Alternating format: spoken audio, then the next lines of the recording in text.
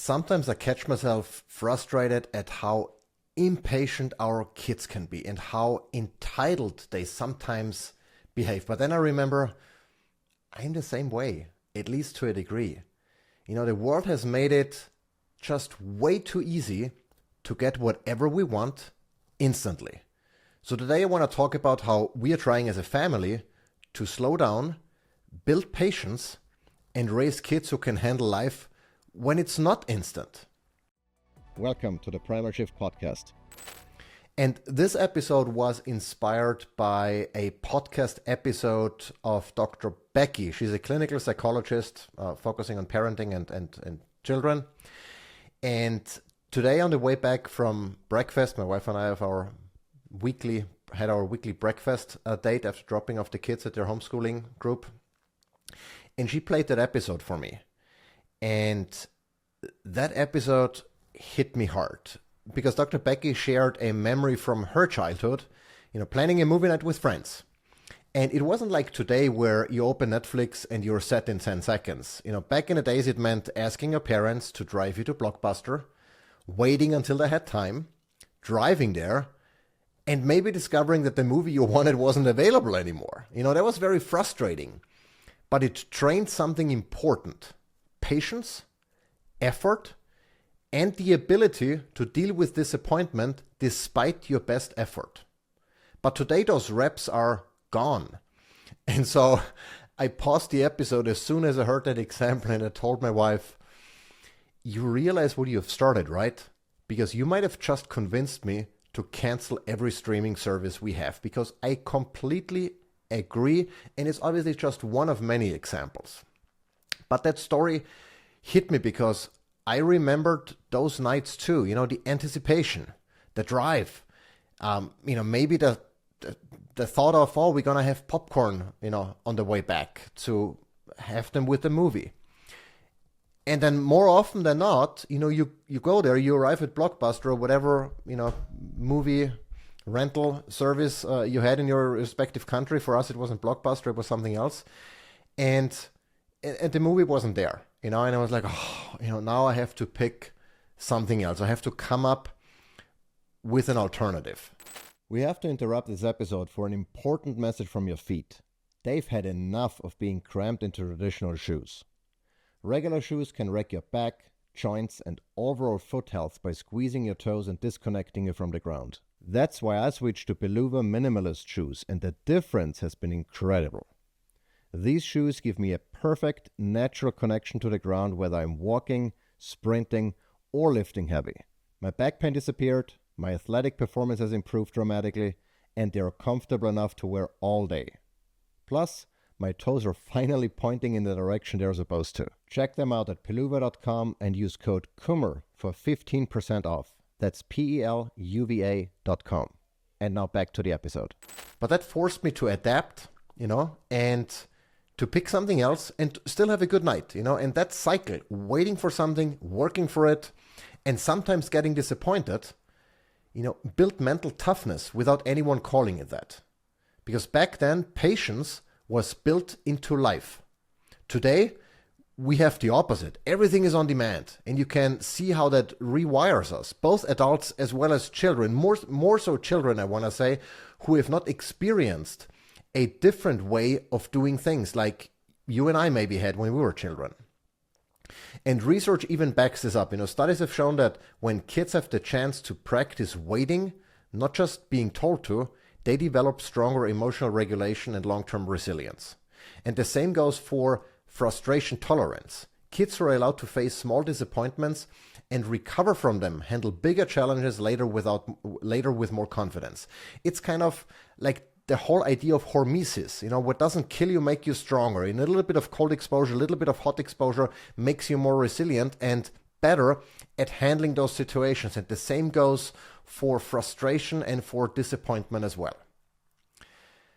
The problem is that our modern life has removed those micro struggles. There is no more waiting, there is no friction, there is no plan B thinking. That's not progress, that's fragility disguised as convenience.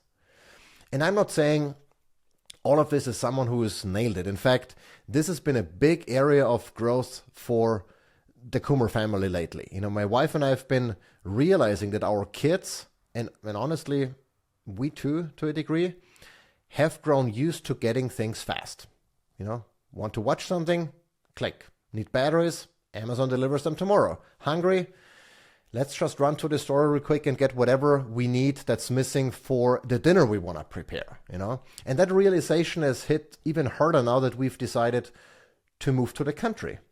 Soon there won't be same-day delivery with Amazon. There won't be, I'll just run to the store real quick and get our favorite organic what have you, because either the store is not there, it's too far away, or it doesn't have the same breadth of products that we have access to here in the city. So we'll have to get creative, use what we have, wait, plan, and sometimes just go without. And while part of me knows that'll be inconvenient, another part is excited because I want our kids to experience the satisfaction of earning comfort, not just consuming it. So we've started implementing a couple of small things already. We say we put more boundaries in front of our kids. Sometimes the answer is just no, even though we can. Screen time is limited. They have a certain amount of a certain time frame throughout the day where they can use a device for research, for homework, for whatever the case might be. In other cases, it's just no. We are letting our kids be bored, on purpose. Being bored is a good thing. It makes you think of, okay, what can I do, or just enjoy doing nothing. You got to be okay with doing nothing as well. And also making them part of the process for things they want, saving, waiting, helping, working for it. And that's not always smooth, obviously. Sometimes it feels like we're swimming upstream, but those moments, the whining, why can't we just, that's exactly where resilience is built. And here is what's been working for us and what hasn't, as we try to build more resilience into our home, affecting us as well as our children. Number one, we just let them wait, sometimes or often. It sounds small, but we've been letting our kids just wait for things more often. Dessert, doesn't come right away. Toys aren't instant. And you can literally see that discomfort on their faces when we say, you have to wait, you have to be patient. But that's the training. We let them fail, safely of course, but fail nonetheless. So instead of rescuing them so quickly, if they spill something, they clean it up. If they forget to pack something for an outing or for their homeschooling group or whatever, they deal with the consequences. If they are cold because they left a jacket at home, they are cold. That sting is important. We allow them to help. We've added more chores. In fact, the kids take care of our animal, of our livestock in the morning and in the evening, not as punishment, but as a contribution.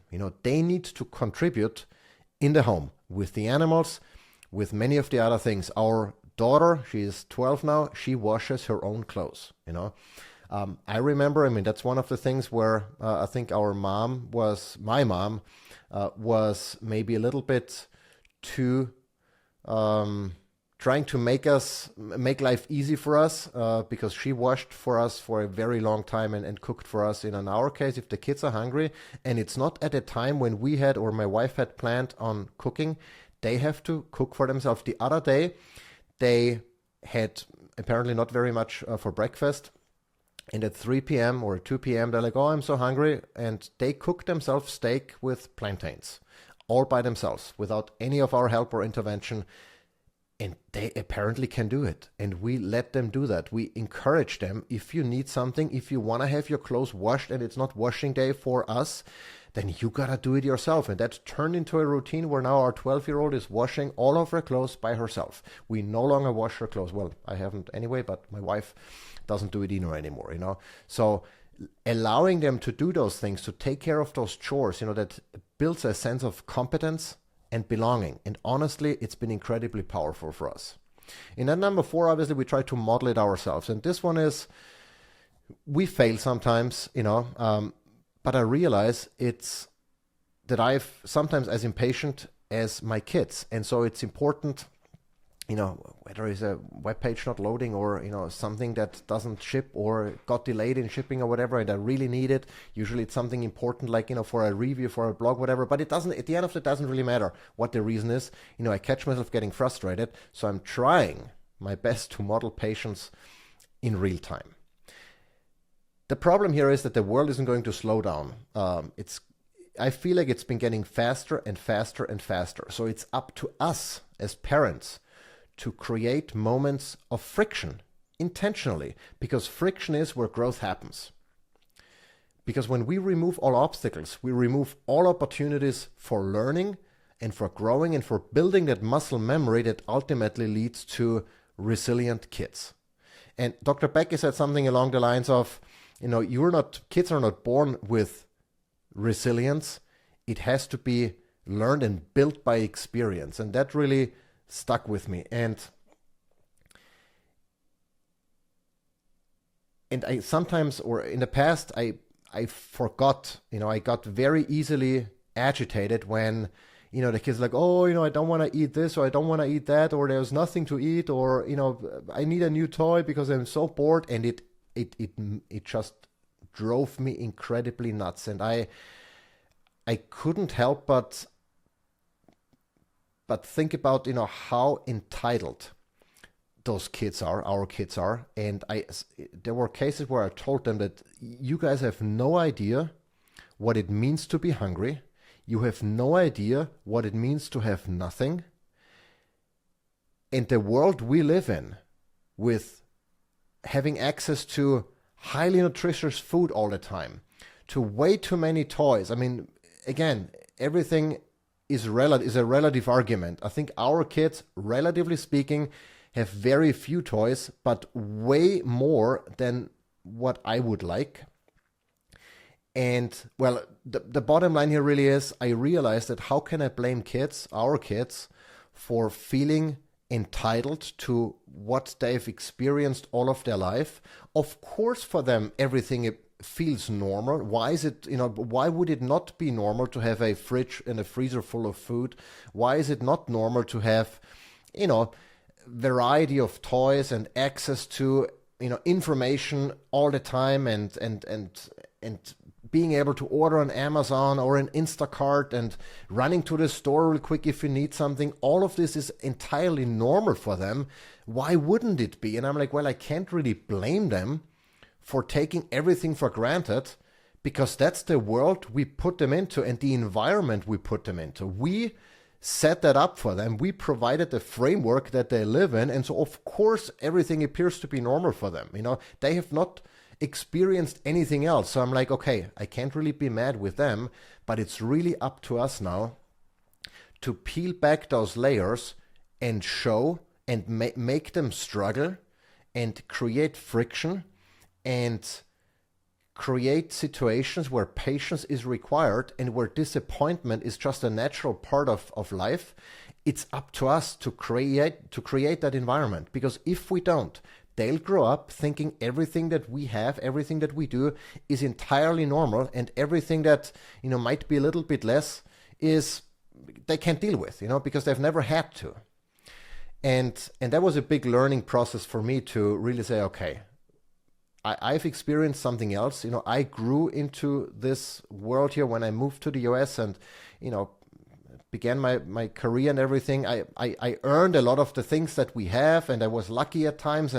But I know how it was before I had all of this, before we had cell phones, before we had Amazon, before we had Netflix. I remember that. My kids don't, so we have to build that into their lives. And so I challenge you, for this week, and for us too, pick one area in your life to add a little friction back in. Maybe it's canceling a streaming service. Maybe it's deciding that, well, if you need something from Amazon, pick a day, a delivery day. You have, Amazon offers it that Amazon delivery day where you get all of the deliveries that you accumulate, on a given day together, so they don't have to, come to your house every single day. We've done this. I think Monday or whatever is our delivery day. My wife typically handles that. So, stuff doesn't get delivered right away, even though Amazon would be able to deliver it overnight or the next day or in 2 days. No, it's once a week maybe, which is already crazy if you think about it, but it's better than same day delivery, maybe it's cooking from scratch instead of ordering, maybe it's, telling your kids, no, there is no device, unless it's between, 10 a.m. and 1 p.m. or whatever. And maybe on days where you're in school, there is no screen time at all, because you missed that window. You're in school during that window.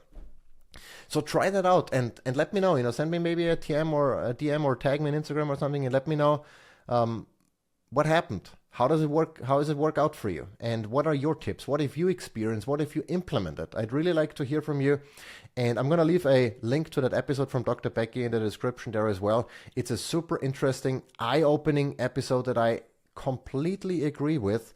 And it's an incredible reminder of what we can do as parents to shape the future of our kids and to make sure they grow up as resilient as possible, and then also learn what we can apply to our own lives. I have still room to grow. There is a lot of opportunity for me to become even more resilient, and so I'm gonna apply some of those principles to myself. But I'd like to hear from you. And if you're watching this on the platform or listening to this on the platform, supporting comments, leave me a comment, shoot me an email, tag me somewhere on social. I'd love to hear from you. And with that, when I wrap it up, hope I'll hear you in the next episode.